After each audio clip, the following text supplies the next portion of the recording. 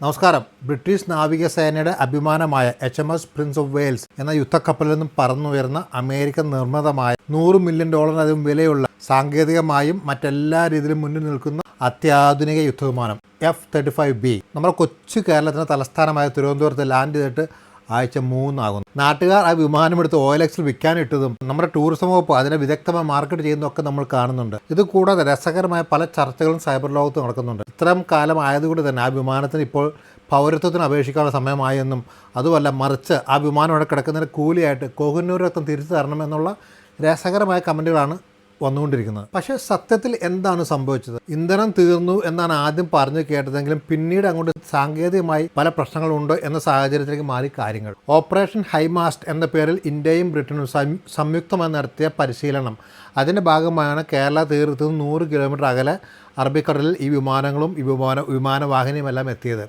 പ്രതികൂല കാലാവസ്ഥ കാരണം വിമാനത്തിന് തിരിച്ച് കപ്പലിലെത്താൻ സാധിച്ചില്ല. അങ്ങനെയാണ് ഇന്ധനം തീർന്ന് നമ്മുടെ രാജ്യാന്തര വിമാനത്താവളമായ തിരുവനന്തപുരം വിമാനത്താവളത്തിൽ അടിയന്തരമായി ഈ വിമാനം ജൂൺ 14 ലാൻഡ് ചെയ്തത്. കപ്പലിൽ നിന്നും വന്ന എഞ്ചിനീയർമാർ പഠിച്ച മണി 18 നോക്കി ഒന്നും നടന്നില്ല. ഈ വിഷയം ഇപ്പോൾ ഇവിടെ ബ്രിട്ടനിൽ രാഷ്ട്രീയമായ ചർച്ചകൾക്ക് വരെ തുടക്കമിട്ട് കഴിഞ്ഞു. ഇതിപ്പോൾ ഇന്ത്യയും ബ്രിട്ടനുമായുള്ള നയതന്ത്ര ബന്ധം വളരെ നല്ലതായതുകൊണ്ട് ഈ സാഹചര്യത്തിൽ പ്രശ്നങ്ങളൊന്നുമില്ല. പക്ഷേ ഈ അവസ്ഥ ഒരു ശത്രുരാജ്യത്തായിരുന്നെങ്കിൽ എന്തായിരിക്കും അവസ്ഥ? ഇതാണ് പ്രധാനമായി ഉയർന്നു വരുന്ന ചോദ്യം ഇവിടെ ഇപ്പോൾ. അമേരിക്കൻ പ്രസിഡന്റ് ട്രംപ് ഉൾപ്പെടെയുള്ളവർ ഈ 5ാം തലമുറ യുദ്ധവിമാനത്തിൻ്റെ രഹസ്യങ്ങൾ സൂക്ഷിക്കുന്നതിന് വളരെയധികം പ്രാധാന്യം നൽകുന്നുണ്ട്. എന്തായാലും ഇപ്പോൾ UK നിന്നും ലോക്ക്ഹീഡ് മാർട്ടിൻ കമ്പനിയിൽ നിന്നുള്ള ആളുകൾ ഉൾപ്പെടെ 40 പേരടങ്ങുന്ന ഒരു സംഘം നാട്ടിലേക്ക് വന്നിട്ടുണ്ട്. ആഗോളതലത്തെ വ്യോമയാന രംഗത്തെ ഡിഫൻസ് സെക്യൂരിറ്റി ഉറപ്പുവരുത്തുന്ന കമ്പനിയാണ് ഈ ലോക്ക്ഹീഡ് മാർട്ടിൻ എന്ന് പറയുന്നത്. എന്തുകൊണ്ടാണ് അമേരിക്കൻ കമ്പനിയായ അവർക്ക് വരേണ്ടി വരുന്നത്? UK നിന്ന് വരുന്നവർക്ക് ഒരു C-17 ഗ്ലോബ് മാസ്റ്റർ വിമാനം കൊണ്ടുവന്നു അതിൽ നമ്മുടെ നാട്ടിലുള്ള വിമാനം തിരിച്ചിങ്ങോട്ട് കൊണ്ടുവന്നാൽ പോരെ? അതാണ് സംശയത്തിന് വഴി തെളിക്കുന്നത്. ഒരുപക്ഷെ വിമാനം കംപ്ലീറ്റ്ലി ലോക്ക്ഡൗൺ ആയി കാണണം.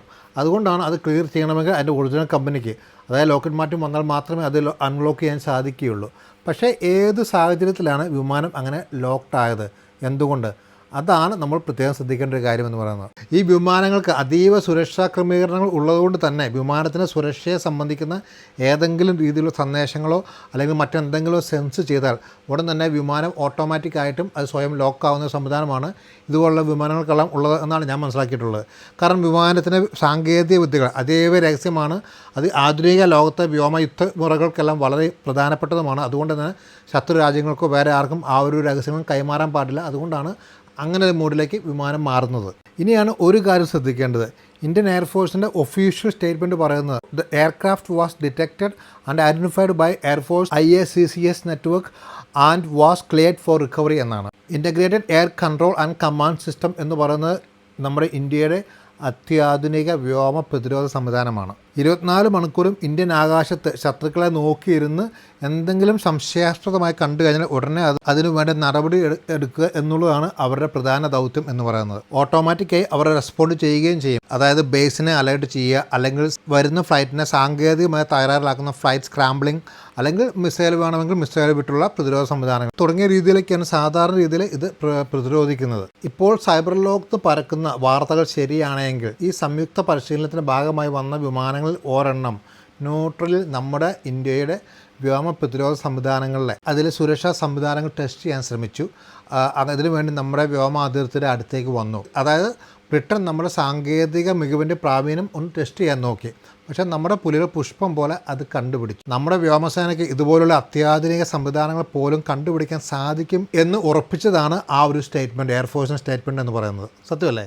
അപ്പോൾ ചുരുക്കത്തിൽ നമ്മുടെ നാട്ടിൽ കൂളായി വന്ന് ചാരപ്പണി നടത്താൻ നോക്കിയ ബ്രിട്ടൻ്റെ ഈ ഒരു വിമാനത്തെ നമ്മുടെ എയർഫോഴ്സ് പ്രതിരോധ സംവിധാനം കത്രിക പൂട്ടിട്ട് താഴെ ഇറക്കി.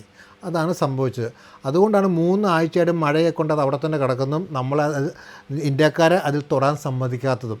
ഇതൊന്നും ഞാൻ പറയുന്നതല്ല കേട്ടോ, സൈബർ ലോകത്ത് പറയുന്ന കാര്യങ്ങളാണ്. എന്തായാലും ഇതുപോലും സംഭവിച്ചു കാണാൻ യാതൊരു വഴിയുമില്ല എന്ന് തന്നെയാണ് എനിക്ക് തോന്നുന്നത്. കാരണം ബ്രിട്ടനും UK നല്ല നയതന്ത്ര ബന്ധമാണ്, നല്ല സഹകരണമുള്ള രാജ്യങ്ങളാണ്. അതുകൊണ്ട് തന്നെ പരസ്പരം ചാരപ്പണയം ചെയ്യേണ്ട യാതൊരു സാഹചര്യം ഉണ്ടാവുമെന്ന് എനിക്ക് തോന്നുന്നില്ല. ഇതെല്ലാം വെറുതെ ഓൺലൈൻ ലോകത്തുള്ള ചർച്ചകൾ മാത്രമായിരിക്കാം, അല്ലാതെ ആധികാരികമായിട്ട് ആരും ഒന്നും പറഞ്ഞിട്ടില്ല.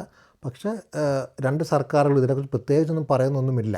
അതുകൊണ്ട് തന്നെ നമുക്ക് കേൾക്കുമ്പോൾ രോമാഞ്ചം ഉണ്ടാകും. കാരണം നമ്മളെ വർഷങ്ങളോളം ഭരിച്ച ഇവർ നമ്മുടെ അടുത്ത് കാര്യങ്ങൾ പതുക്കെ രഹസ്യത്തിൽ ചൊറിയാൻ വന്നു, അല്ലെങ്കിൽ രഹസ്യത്തിൽ കാര്യങ്ങൾ നിരീക്ഷിക്കാൻ വന്നു. അപ്പോൾ നമ്മുടെ പുലികൾ അവർക്ക് പണി കൊടുത്ത് കത്തിര പൂട്ടിട്ട് താഴെ ഇറക്കി എന്ന് കേൾക്കുമ്പോൾ നമുക്ക് സന്തോഷം തോന്നുമെങ്കിലും അങ്ങനെയൊന്നും ആയിരിക്കാൻ സാധ്യതയില്ല കാര്യങ്ങൾ എന്നാണ് എനിക്ക് തോന്നുന്നത്.